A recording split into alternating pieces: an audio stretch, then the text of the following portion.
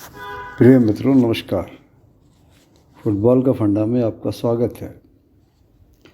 ऐसा कहा जाता है और ऐसा देखा भी गया है कि टैलेंटेड खिलाड़ी सब जगह हैं, लेकिन टैलेंट को देखने वाला और उसको मौका देने वाला जहां होगा वहां से टैलेंट निकलेगा। इसको और आगे देखते हैं। एक जर्मन के प्रख्यात यूथ एक्सपर्ट हुए हैं हेदरगॉट। उन्होंने यूथ ट्रेनिंग मतलब 5 से 11 साल के वर्ष के बच्चों के ट्रेनिंग के बारे में कहा है कि उन्हें आप खुला और सुरक्षित जगह दे दीजिए, वो आपको बहुत कुछ सिखा देंगे। इसी संदर्भ में आज हम बात करेंगे कि कैसे एक विशेष स्थान पर एक विशेष खेल के ज़्यादा खिलाड़ी निकलते हैं। ऐसा क्या बात है कि वहीं से वो खिलाड़ी निकलते हैं। बात आरंभ करते हैं जिम्नास्टिक से। बहुत एक मशहूर नाम है दिलीप सिंह जी का, जो एनएस के जिम्नास्टिक कोच थे, हरियाणा के रहने वाले थे। उनकी त्रिपुरा में पोस्टिंग हुई थी 1964 में और वो वहीं के होकर रह गए और 1987 में 87 में उन्होंने अंतिम सांस ली। उन्होंने घर घर जाकर बच्चों को बुलाया। उस समय त्रिपुरा में जिम्नास्टिक को कोई नहीं जानता था, लेकिन अब त्रिपुरा का मतलब जिम्नास्टिक है, जिम्नास्टिक का मतलब त्रिपुरा है। सभी नेशनल चैम्पियंस वहीं से निकलते हैं। अर्जुन अवार्डी वहाँ बहुत हो गए, इसीलिए उनको फादर ऑफ जिम्नास्टिक कहा जाता है। जिम्नास्टिक को बढ़ावा देने वाले में एक और हैं डॉक्टर यूके मिश्रा जी। इनके बगैर अधूरी कहानी रहेगी। उन्होंने प्रयागराज में नेशनल स्पोर्ट्स एकेडमी की स्थापना करी थी 1989 में, जिसने हमें पहला इंटरनेशनल मेडल जिम्नास्ट में देगा आशीष कुमार के नाम से। सिल्वर 1910 में उन्होंने मेडल लिया। आप कहेंगे कि ये क्यों नाम ले रहे हैं, आगे और भी खेलों के नाम करें, फिर एक साथ इकट्ठा इसको हम एनालाइज करेंगे। इसी तरह बात करते हैं हॉकी की। पंजाब में एक ही गांव है संसारपुर, उसने अकेला 14 ओलंपियन दिए हैं हॉकी को, और 2 तो कनाडा और कीनिया से भी खेले ओलंपिक्स में। उस गांव में थे सूबेदार ठाकुर सिंह जी। उन्होंने हॉकी की शुरुआत करी थी, उससे पहले कोई नहीं जानता था। अब फुटबॉल की बात करते हैं। पंजाब में ही एक हुशियारपुर जिला है, उसमें भी माहलपुर एक कस्बा है। पंजाब के कहने को सभी फुटबॉलर वहीं से पैदा होते हैं। उसमें 3 तो अर्जुन अवार्डी हो चुके हैं। और वहीं से वहाँ पर कैसे पैदा हुआ, वहाँ प्रिंसिपल थे हरभजन सिंह जी। उन्होंने ये शुरू करा और फिर प्रिंसिपल हरभजन सिंह के नाम से 1966 में क्लब एस्टेब्लिश किया, जो आज तक उस परंपरा को चला रहे हैं। और आज भी वहाँ से मैक्सिमम खिलाड़ी पंजाब के उसी इलाके से इंडिया के लिए खेलते हैं। और फुटबॉल वुमेन की बात करते हैं। आप सोच रहे होंगे कि हम मणिपुर की या नॉर्थ ईस्ट स्टेट की बात करेंगे। नहीं, वो तो निकल रहे हैं। हम बात करेंगे राजस्थान और हरियाणा की, जहाँ फुटबॉल को कम डेवलप माना जाता है। राजस्थान के कोटा में हुए थे कान सिंह सोलंकी जी, जिन्होंने कोटा में अपने बेटियों के साथ फुटबॉल आरंभ किया 1990 के आसपास।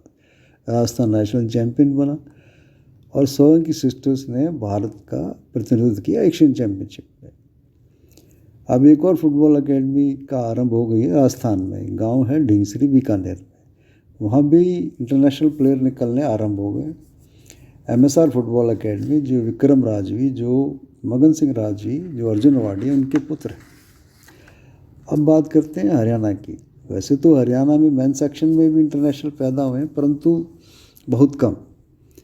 वुमेन फुटबॉल में तो जैसे खिलाड़ियों की बाढ़ सी आ गई है। इनमें 3 गांव प्रमुख हैं। अलकपुरा जो भिवानी में है, मंगाली और चूड़ी बागलैंड जो हिसार में है। नेशनल लेवल पर आज विभिन्न राज्यों से कम 30 वुमेन खिलाड़ी खेल रही हैं और इंटरनेशनल भी बहुत सारी बनी।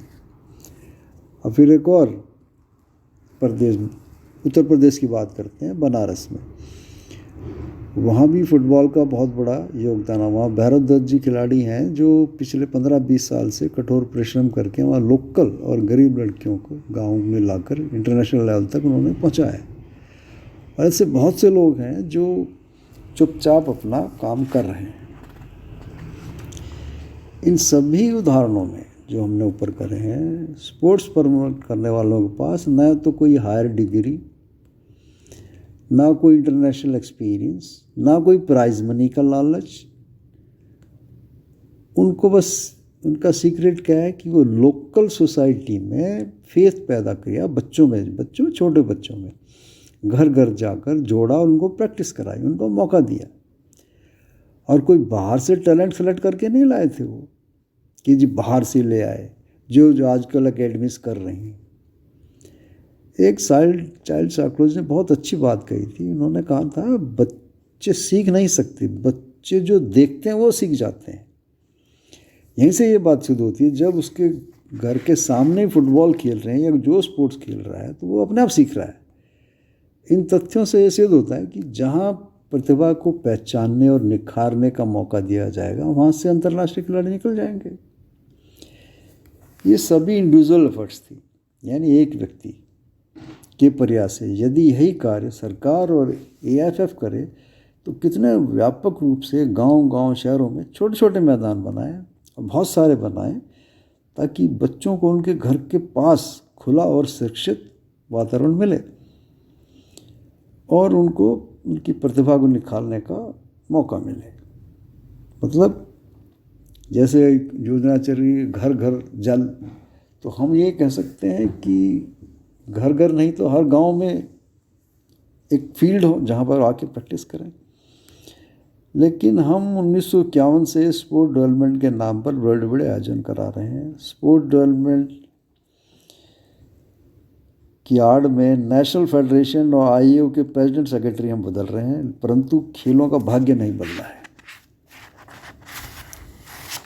इसी दुष्चक्र में हमारे पास जो था हमने वो भी गवा दिया।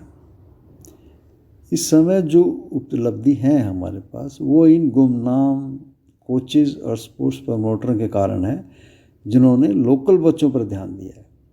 यदि सरकार इस तरह की योजना लागू करे तो ओलंपिक में डबल डिजिट क्या, भारत के सैकड़ों में मेडल आ जाएंगे। ये किसी ने ठीक ही कहा है, someone sitting in the shadow today because someone planted a tree long time ago।